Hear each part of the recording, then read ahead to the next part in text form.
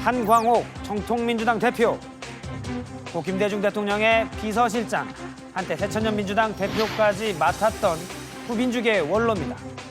하지만 친노 세력의 기환과 득세에 정통민주당을 창당하고 후 민주계 부활을 선언했습니다. 민주당의 옛 모습을 되살릴 것인가, 아니면 세대교체 흐름 속의 마지막 외침인가. 오늘 피플앤토크 한광옥 대표입니다.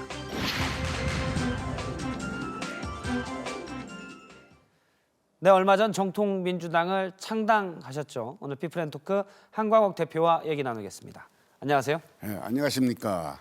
예, 저번에 한번 전화로 한번 저희 사사건건에 연결을 했습니다. 예, 했죠. 예, 창당 선언을 한 날이었죠, 그날이. 예, 그때 한번 오시라고 해서 오셨습니다. 이제. 네.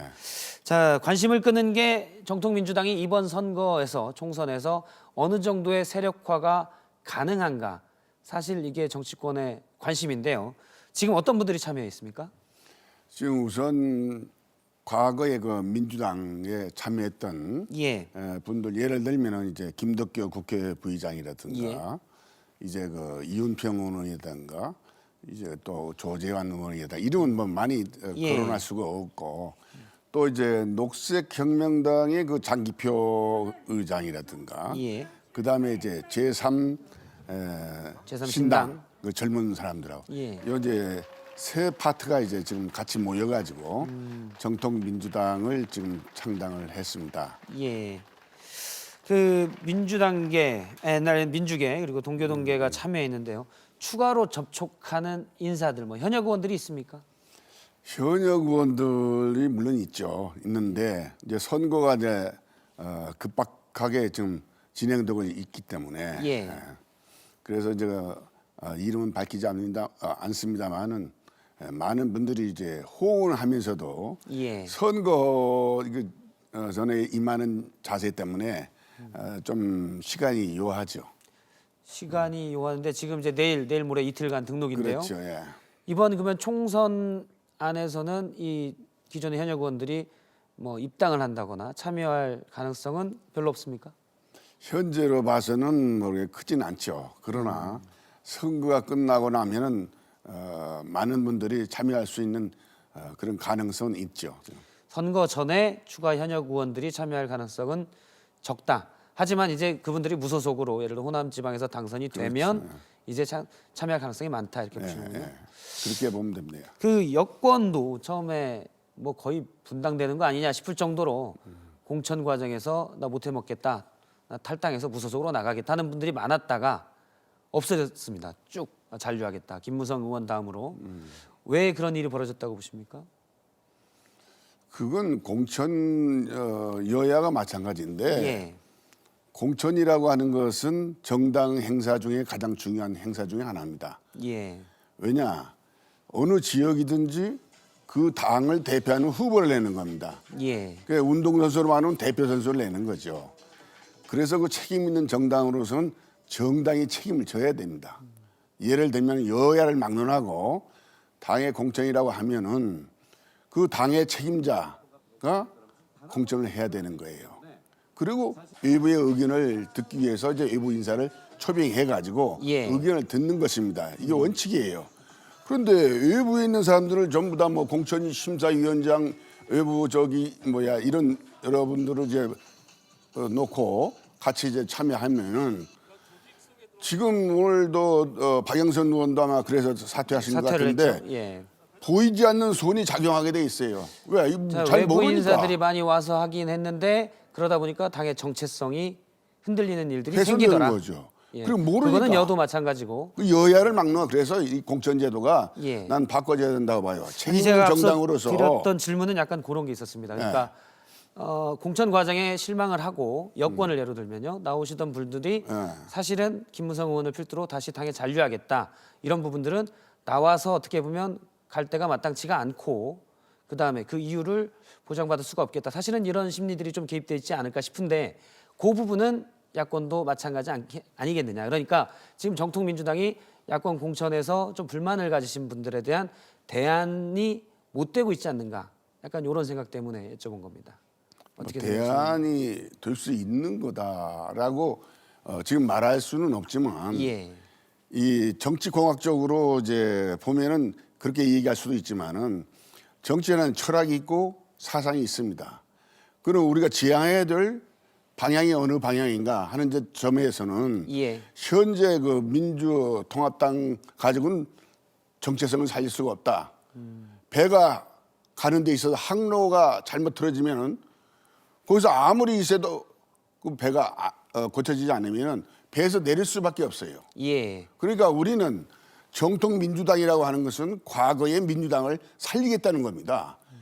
지금 현재 민주통합당은 그 정체성을 훼손하고 있기 때문에 저희 정통 민주당 같은 당이 생기게 된 거예요. 자, 그러면 지금 민주통합당이 가는 방향 어느 쪽이라고 보시고 있고 이것과 구별돼서 정통민주당은 어느 쪽으로 배를 몰고 가려고 하십니까? 그 어느 쪽이라고 하고 이야기하기는 뭐 하지만은 예. 제가 보는 견해는 우리 민주당의 정체성이라고 하는 것은 민주주의, 그다음에 서민과 이 중산층을 위한 정책, 그다음에 평화적인 민족 통일입니다.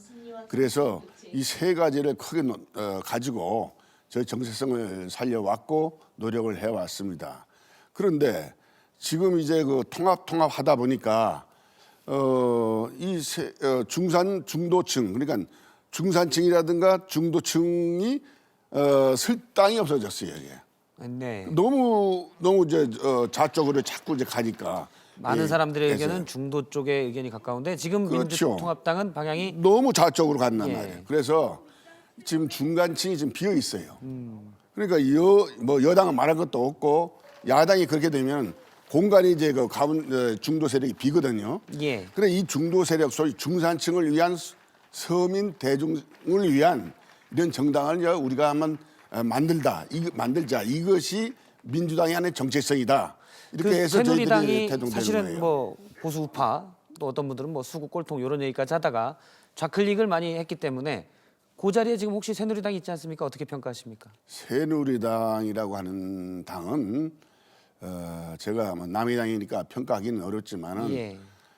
그들이 주장하고 있는 그런 정책이라든가 그런 슬로건하고 행동하고는 차이가 많이 있기 때문에 좀 더 두고 봐야지.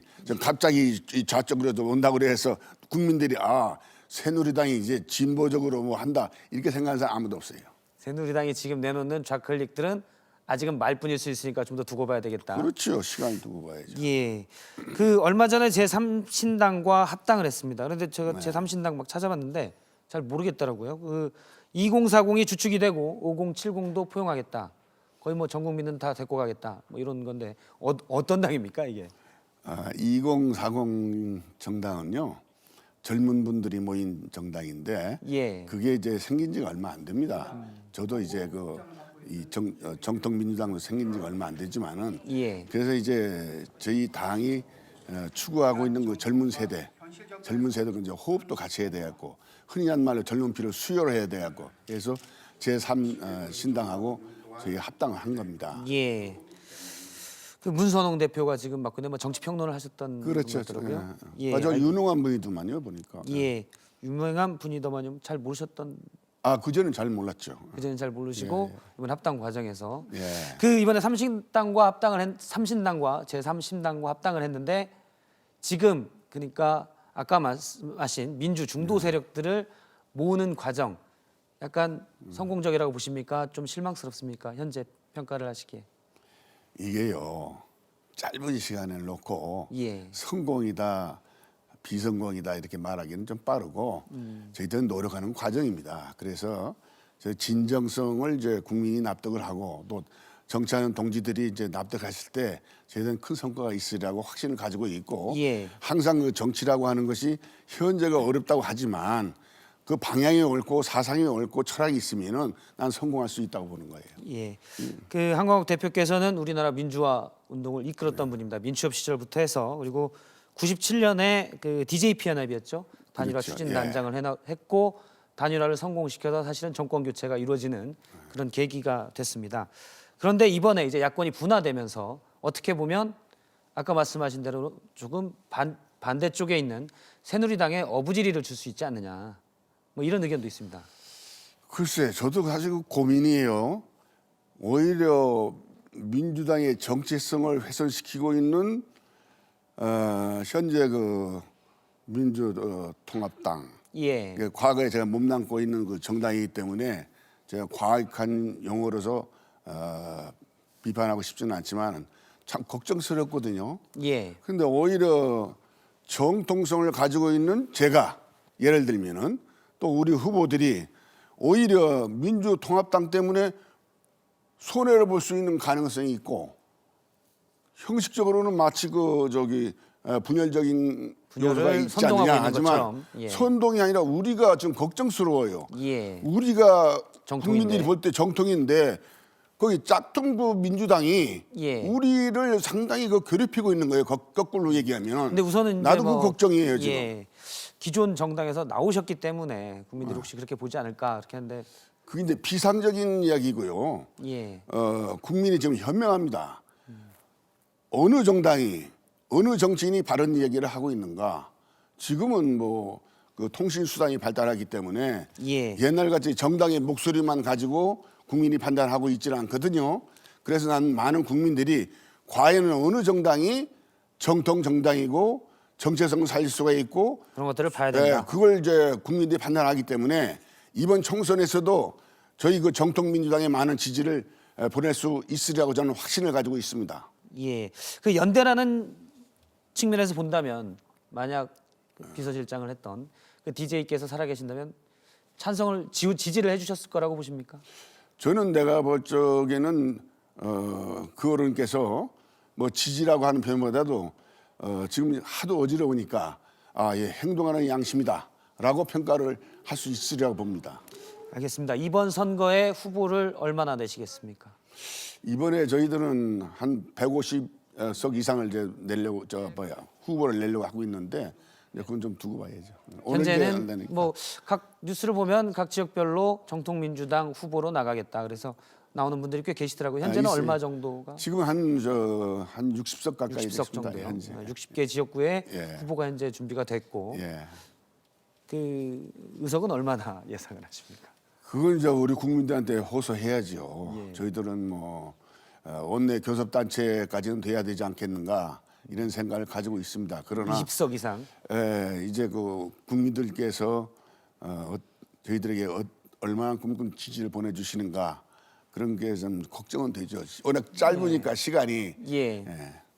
알겠습니다. 그 선거가 지난 뒤에도 아까 말씀하셨듯이 그 민주계 지금 이제 무소속으로 나오시는 분들과는 접촉을 해서 하나의 정치 세력으로서 정통 민주당, 옛 민주당의 그런 가치들을 지속적으로 주장을 하겠다. 이렇게 볼 수 있죠. 왜냐하면 선거 기간에 신당 창당이 엄청 많다고 그러더라고요. 많아요. 예.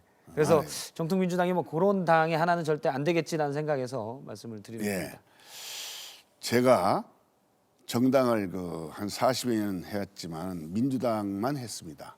어느 당을 가본 적이 없어요. 이름은 바뀌었지만은 그런 사람이 한 새로운 정당을 뜻을 같이 하는 동지들과 만들었을 때는 그냥 흔히 말하는 선거 때 포말처럼 없어지는 그런 정당을 만들기 위해서 창당한 건 아닙니다. 저는 철학을 가지고 있고 또 이 나라의 그 국가가 가야 될 그 길을 제가 찾기 위해서 정도로 가기 위해서 제가 정당을 창단했기 때문에 선거가 끝나도 앞으로 정권 교체를 위해서나 이 나라의 그 정치를 있게 만들기 위해서 또 제가 몸담고 있는 관악구의 주민의 연호의 심정으로 봉사하기 위해서 제가 끝까지 할 것입니다. 네, 오늘 말씀 고맙습니다. 네.